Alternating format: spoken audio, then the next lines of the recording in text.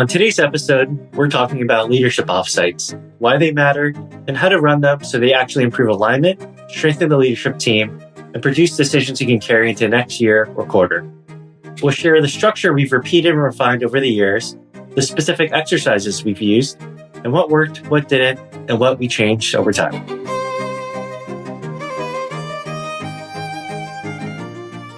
All right, Saywook, so we're here today in person, not our leadership offsite, but this is a fitting topic. Let's dive in. Let's first set the table for what offsites, leadership offsites, especially in the context of an agency business, are and what they are not. Yeah, I think to focus on is leadership offsites aren't really for the work that you should do in like a normal course of the day. It's like what are the hard decisions that while you're working with your team, with clients, it's the discussions that aren't being had. So it's not really like a quarterly review of like what's going on in the business. So really having a specific set of topics that you can focus on with your team. Yeah, and really the goal is higher quality conversations, and these things hopefully lead to clear priorities. Yep. You're able to resolve some tensions that might be hanging around. Yeah. Also, some shared understanding, and this is something we'll come back to a lot, is of what matters and what doesn't, and also this short list of next steps, the decisions and commitments you can follow up on. That's I think those are kind of the hallmarks of a high quality offsite. Yeah, and especially once the leadership team goes beyond the founders, and even when it is just the founders, the alignment isn't. You have to be a little bit more intentional about it. It doesn't just happen automatically. Yeah, it's really like an investment in the relationship among the leaders. So just don't think of it as just another meeting. It really is a big deal. Yeah. So I think, again, be intentional. What do we want to get out of this time together? Yep. Yeah.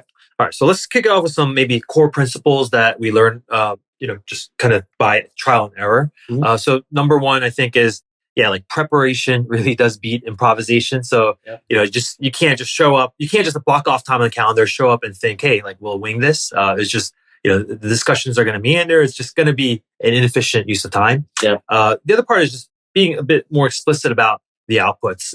Is this kind of time for reflection? Is it time for alignment, decision making? I mean, it could be all of those things. Maybe some idea generation, but with thorough planning, you get to at least kind of understand what you want out of this. Yeah. And then just creating an artifact is a big one. I mean, I think just because you had the meeting, you feel good, and then there's nothing to kind of document it. It kind of can be quickly forgotten. But if you have something coming out of it, that's huge.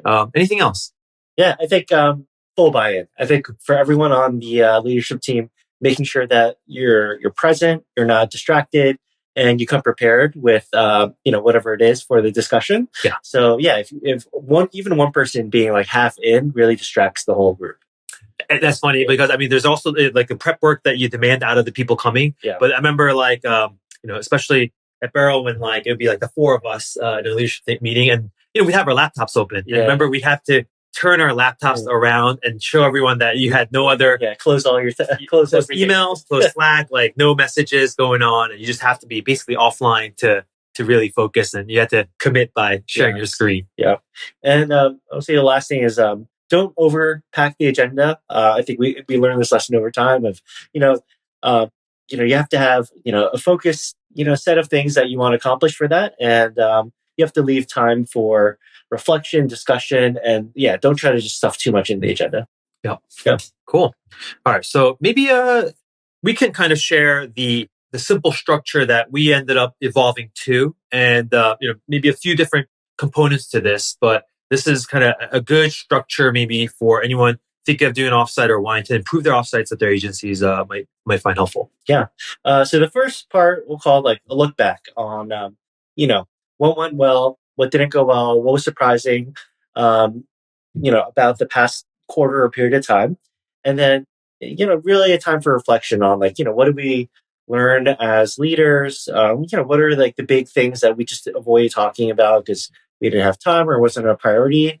Yeah. And for that, we really do ask people to come prepared. Yeah. So, it's not something that, that people are going to be asked to improvise on the spot. But what we want are kind of well-considered answers. So this is, I think we would spend at least a good 15 to 30 minutes, depending on how many people were there, of like kind of listening and kind of hearing how people answer some of these questions. Yeah, and some of this could be a lens for the future discussions to come, but it's more just setting the table for here. Yeah.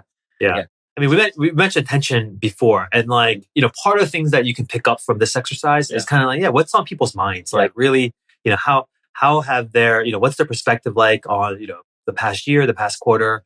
Where like you could pick up on the language, and those are good signals to later, double click on and kind of, revisit together. Yep. The next section we'll call learning together. So for us, that was reading books together as kind of the backbone of how we learned and had some shared language. And for us, it wasn't. It was required reading. It wasn't like a nice to have where certain members of the team could come prepared and others less so. And basically what we did, it's quarterly cadence for us. We, had a specific book, or if it was Two books. yeah, sometimes, yeah, two books, and really dedicate the time. Everyone made the time to read, take notes, and there's a bunch of prompts that we had as well. But I think the preparation is everything for that discussion. Yeah, and I was really close to this because this is my favorite part of our offsites, and so the two, we pick books that, a lot of times were about business, but sometimes they were more about kind of like personal development, and so we had a good variety of things. But what was most important about reading these books together was that, you know, and maybe like, just I know this happens a lot where if I read something and I'm excited about it and I go to you, but you haven't read the book, Yeah. like you're just not gonna get the same kind of, like you might hear it be like, oh, that sounds interesting, but you're not gonna get excited about it as I am, and Yeah. some of the language I might be using to describe it from that book might be a little foreign to you because you just haven't immersed yourself in it. Yeah. So what we found was, as a leadership team, when you read a book together and really spend time, and this is, you're talking hours over the course of, a few weeks, maybe a couple months that you're reading the books, you become kind of ingrained in that language. And so when you have that moment to be like, hey, let's talk about the book, you have that shared language. Yeah. And so you take that dynamic and then you do that over the course of, for us, it was 7 years or so of like few books, 1 to 2 books every quarter. I think it ended up being over 40 books that we read together. These things have a magical way of like compounding, because you're like, oh, this concept was something that came up in this other book, and and you know what, this book has an interesting take on it, and you start to kind of have a much more sophisticated dialogue with what you've read, and then at the same time you had that base of shared language. Yeah. I think a really important part of all of that was taking the time to reflect on, how that affected you personally. If there are any takeaways that affect your life or and even your business and how you approach your team. Um, and all of that, even over time, you read another book, it's like, oh wow, that changed my perspective on this factor. Or you see the common themes right across multiple books, and really that kind of evolves how you interact as a leadership team. And it's almost like in some ways, yeah, that shared language is really important, because then like your team gets closer together. We almost have our way of talking. It's like our own secret language of sorts, but it's you're on the same page with what's going on. Yeah, and just something practical takeaway was like what we would do actually is spend the first hour of the book discussion just sharing what we highlighted from the book, and just that exercise of like, hey, why did you highlight that? And Yeah. each person kind of talking about what resonated with them. That just doing that in itself was such a huge way to get value out of the book. Yeah. And from that, we actually had an artifact where all of the clips, you could say, all right, here's the theme, here's the quote, and then who, selected that quote. And then by the end, you have this huge map of like the book. Yeah. And it's really synthesizing, like, from this long book, what are like the key 5 to 10 themes, and what are the quotes that really, resonated with the team. So it's really helpful to have that artifact to look back on. Yeah. Yeah. So the last part is thinking about, where do you kind of build together as a leadership team? Really aligning as a leadership team. Like, what are we really going to focus on for the next quarter and next period of time? Like, what are we going to say no to and back burner? What are we really doubling down on? And then what are we going to change? What do we like? How do we operate differently, and how do we interact with our team? Like, what work are we going to take on and not take on? How are we going to grow and maybe make investments and hiring for a different role? Yeah, and really, we tried so many different types of exercises to unlock this, this kind of segment or component of our offsites, because you do need kind of an activity or prompt that gets your kind of brainstorming or idea juices flowing. And so there's some ones sometimes we get really personal with it because I think from reading all those books, like one of the things takeaways was like, hey, a great business first starts with kind of personal mastery over yourself as a leader. And so, we have a lot of exercise around that. So one of the things I remember was we do this kind of like future self-writing where we kind of come with prepared, really like narratives on like, hey, it's a year from today. You're kind of reflecting on the year and just describe all the things that have transpired both in your life and in the business. And this is powerful stuff because it's a visioning exercise, but it makes it super personal. And I remember this was like at a time when like some of us were having kids for the first time, becoming parents, and other kind of challenges in the personal life, along with like all the things going on in the business life. And it was like really cool to hear some of the things that came out of this exercise. Yeah. And I think again, like to the lens of, preparation, it's everyone has to take the time, after, you go through the first part, you read the book, but this is something different where you're really thinking and stretching your mind into some imagination on like where things could be like unrelated to exactly where we are today. And sometimes we've gone even further, 5-10 years later, not just 1 year. Right. It really makes you think about like where you're going to be, and then you can think about what are the steps to get there. Yeah, no, those things are like just such a good use of time, I think. Another one that's a little bit more like business practical. We've done things where, for example, we kind of learn about like a flywheel concept in business, and we ask, everyone to come prepared with, hey, when you think about our business, like what are the flywheels that exist within it, and draw some diagrams and kind of walk people through it. And that was always fun because you realize like everyone has slightly different mental model of like how the business works, and so that opens up discussion for a lot of interesting things as well. Yeah, and even if for specific disciplines too, like for your part of your discipline, let's say you're in this software engineering or creative design, like what are aspects of that part of the business that have a flywheel, and how does that kind of bubble up to the overall picture of the agency? Yeah, I think depending on the phase of the agency, and it's good to reflect on mission and values.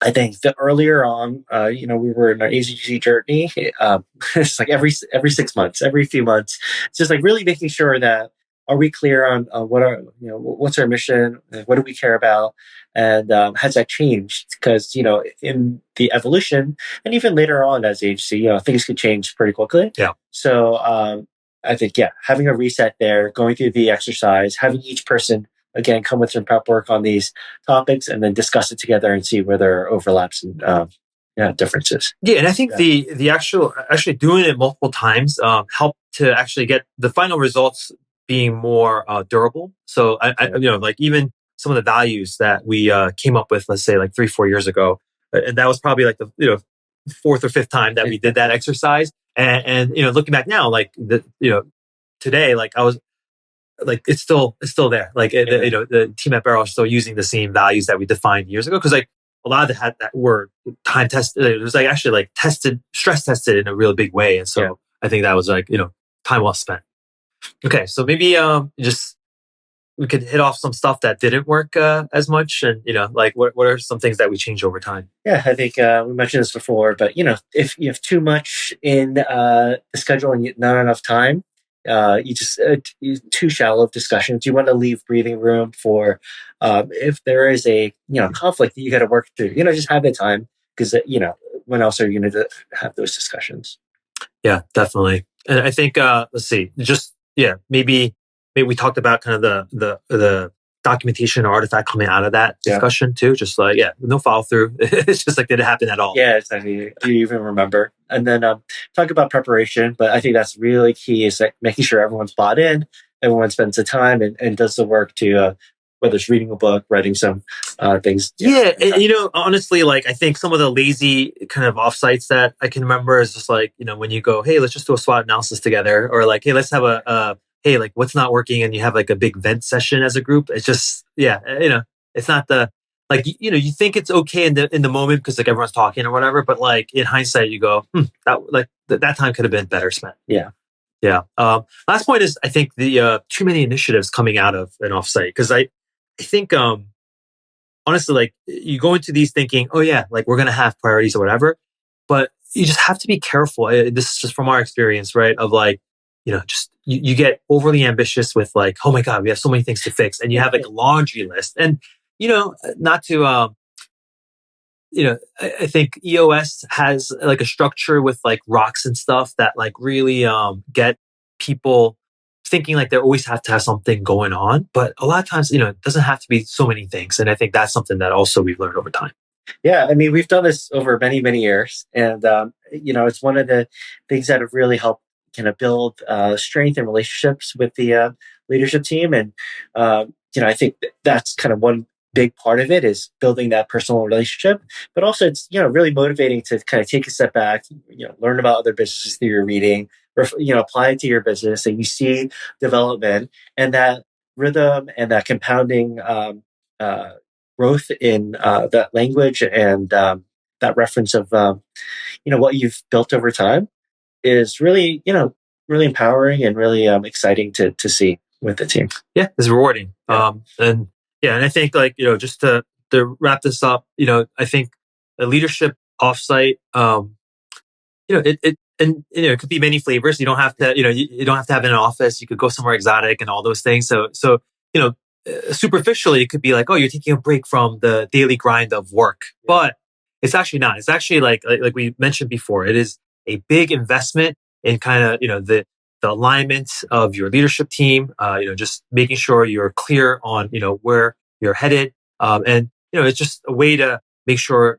everyone works well together. So with that, we hope you invest your time in having some wonderful offsites, and thank you for joining us. Thanks.